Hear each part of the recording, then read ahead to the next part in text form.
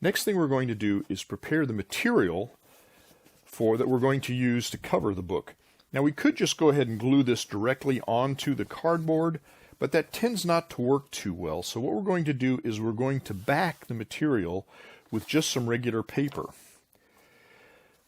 So I'm going to cut a piece of material about 15 inches wide and about 11 inches tall, and that's going to give me enough material to completely cover the book. I'm just using this paper to get a general measurement. I know the paper's 11 tall, so that ought to work. Get a general measurement for the size of the piece of fabric I'm going to cut.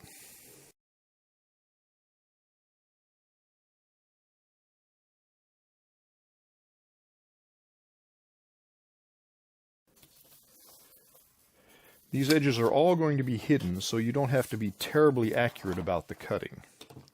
We'll trim it up later if necessary.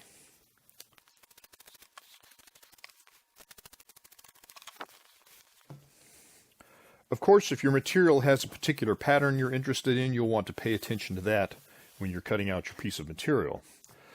So the next thing to do is just to take and glue a couple of pieces of paper to the back of the material. You want to be sort of frugal with the glue because you don't really want the glue to bleed through the fabric and show on the surface of the fabric. On this one, it's probably not going to do much of anything except maybe make a shiny spot. But on some fabrics, the color can be a problem, or you can get some sort of a defacement of the surface of the fabric, and you probably don't want that on the surface or the front of your book.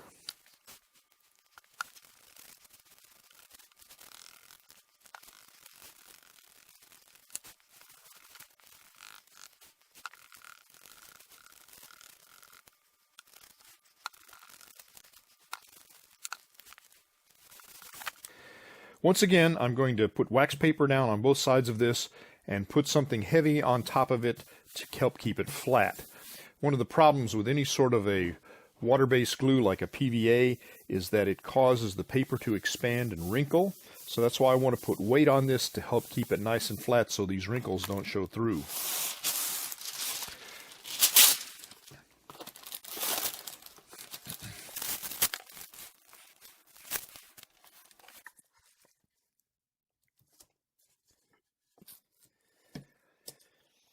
I've got some wood blocks I made a while back that I use for various different things that I'm going to use as weights on this. And I'm going to move this off and put some additional books on top of it to try and keep it flat. It's been a day, and our cardboard has been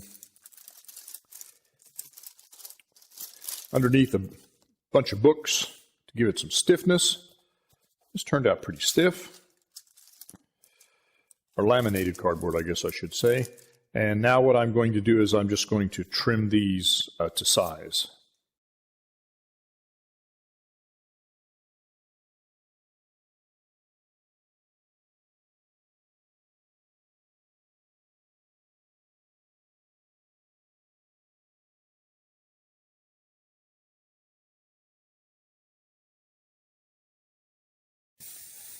Front and back covers. Our text block has also been under a stack of books. Remove the wax paper, and voila, we have a book. Spine is nicely adhered. And the way this works is that the fabric glues down to the covers, and that helps to retain all of the pages within the book. We'll get to that in just a moment. This is the little piece of cardboard we reserved when we were cutting up the box. And we're going to cut a piece of it that is the same thickness as our text block.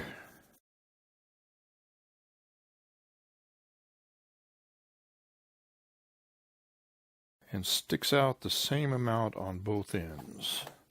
So we'll just use this to make sure we've got the right length.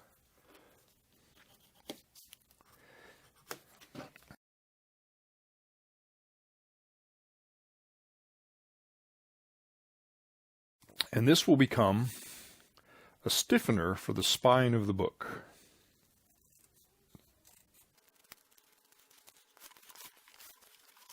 Here is our cover material, the same material that we glued paper to the back of.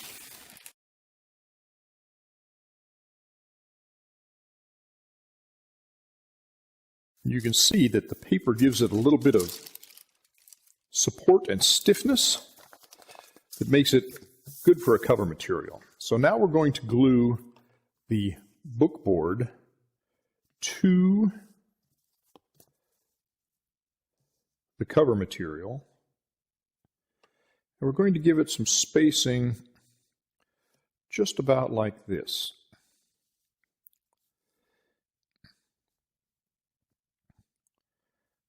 So one of these will be the front, one the back. We'll have this little support piece in the middle, and we need to leave a little bit of space between the spine stiffener and the front and back cover. And what that does, let me grab a book real quick. What that does is give us the space for this crease that allows the covers to open and hinge. So we're going to do a little gluing.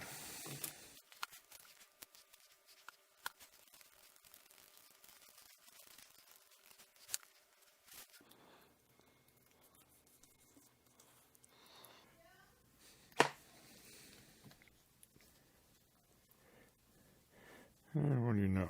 Should have glued the other side of that one. Let's try that again. I'm going to leave about 3/8 of an inch, just enough to make a hinge,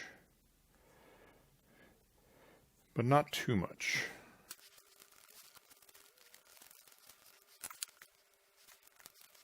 Make sure these all line up nicely.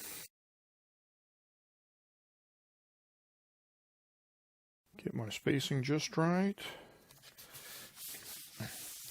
And then this goes back under pressure under the same stack of books that it came out from under.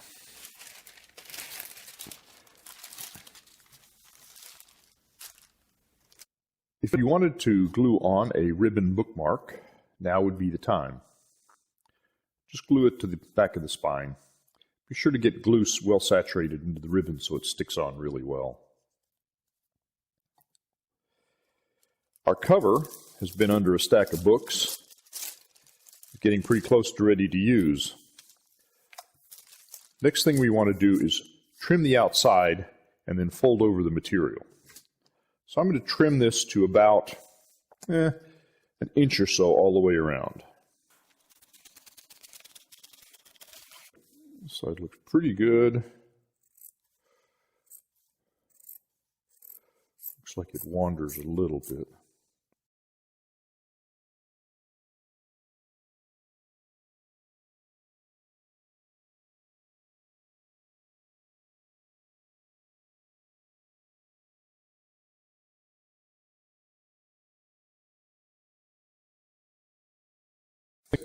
Next thing to do is to cut off the corners at a 45-degree angle.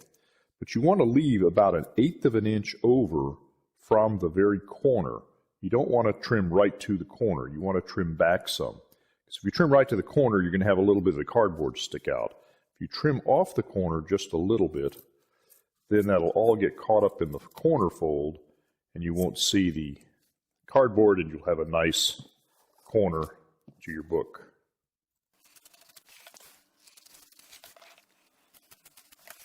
I'm going to glue down the top and bottom first, and then I'm going to go back under weight until that glue dries.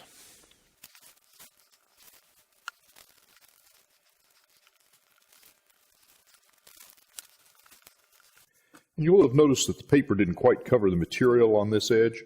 That's okay, as long as it gets glued down nice and tight. This will all be covered.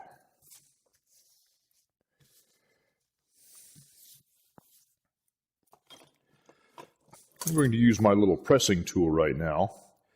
Press down in these corners, get them nice and flat.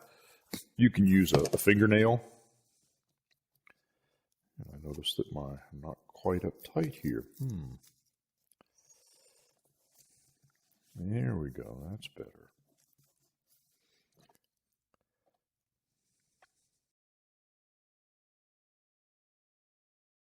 Also going to use it right in this little groove just to make sure this gets glued down.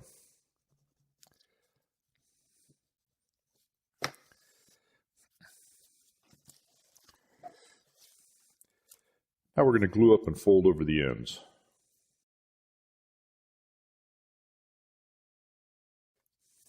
You want to be careful when folding over these edges. You want to get the material down on the corner and then fold it over nice and tight.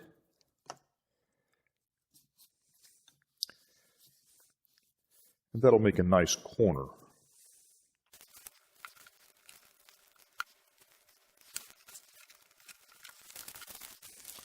And back under the stack of books to get all pressed down nice and flat. Okay, our cover's back from under its heavy weight of books. Looks pretty good.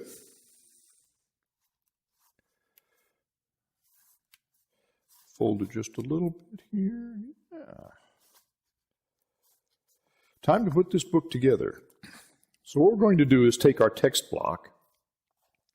We're going to glue down the material on either side to the front and back cover.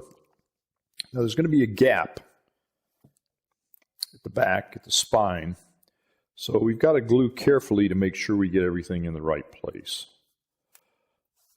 Press this down a little bit. Give it a little forming. Also want to be sure that our material is nice and flat with the edge of the spine. Sometimes a little bit of glue gets down the side. Got one spot there. All right, so now the moment of truth. I'm going to get a piece of wax paper to protect the pages.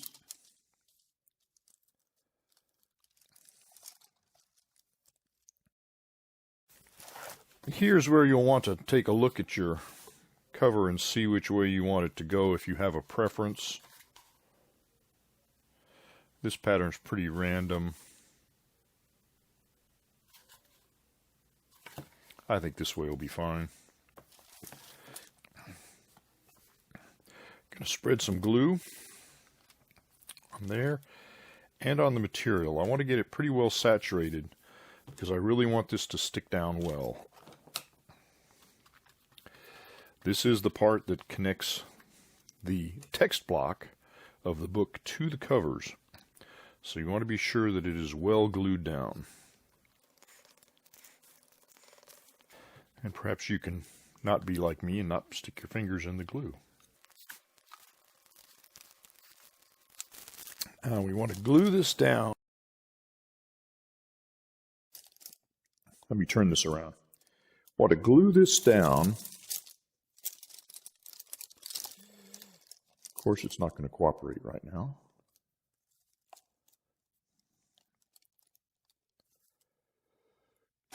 With this edge right on this line of the cover, we're also going to watch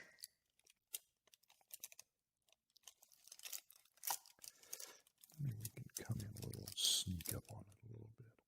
Also want to watch to make sure that the top and the bottom, the text block is not as wide as the cover. You want to check to be sure that you've got about the same gap at the top and the bottom.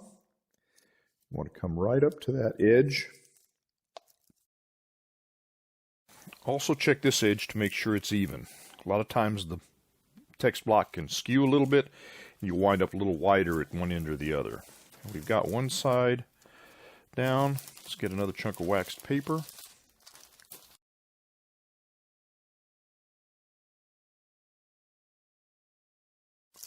Now we're going to bring the cover up to the edge of the text block.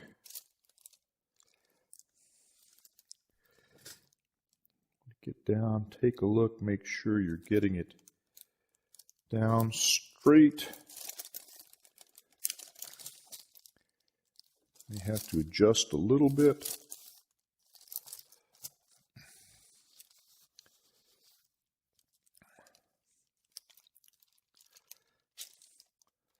Looks pretty good.